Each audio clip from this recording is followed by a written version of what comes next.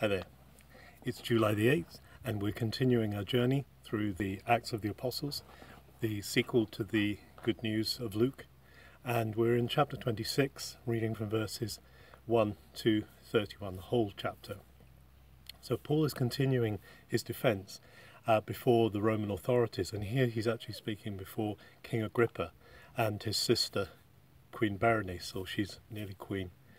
And Agrippa is a Jew. This is King Herod Agrippa II, and he is a Jew, but he's also very much in cahoots with the Roman authorities.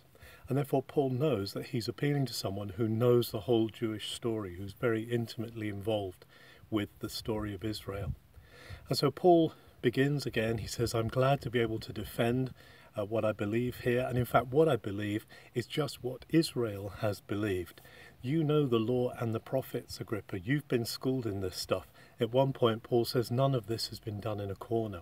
And Paul very much points to the fact that he is in the line of the Old Testament story that is finding its culmination in Jesus as Messiah.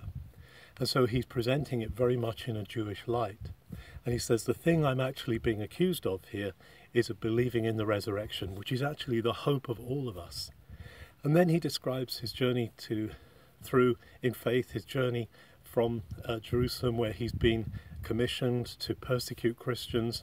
And he says, I've persecuted these people, but actually God turned me around. And he says, Jesus confronted me on the road. And it's significant that he says that when Jesus spoke to him on the road to Damascus, he spoke to him in Aramaic, in the Evraisti dialecto that we saw earlier. He mentioned.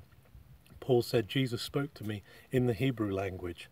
And he said, why are you persecuting me? I'm going to call you to take the good news to the nations, which Paul has been doing. And he says, this is the reason why I'm standing before you.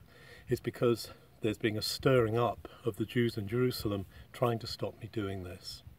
At this point, Festus, the governor, interjects and says, Paul, you've gone mad. You're just crazy. Festus doesn't understand the whole background. But Agrippa knows, and Berenice knows, that Paul is a man of integrity. He's a man of faith.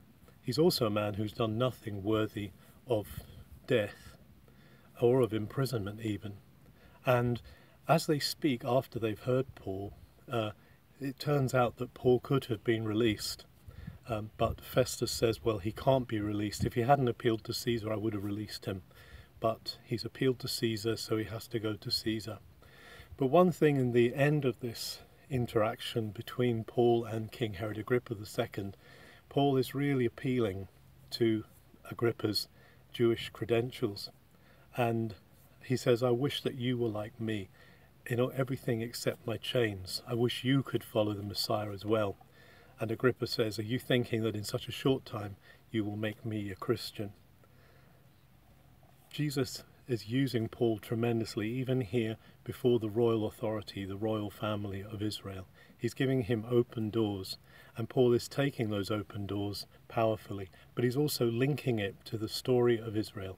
He's linking it to the fact that here is Jesus, the Messiah of Israel. He's none other than the true one of Israel. Have a really good July the 8th.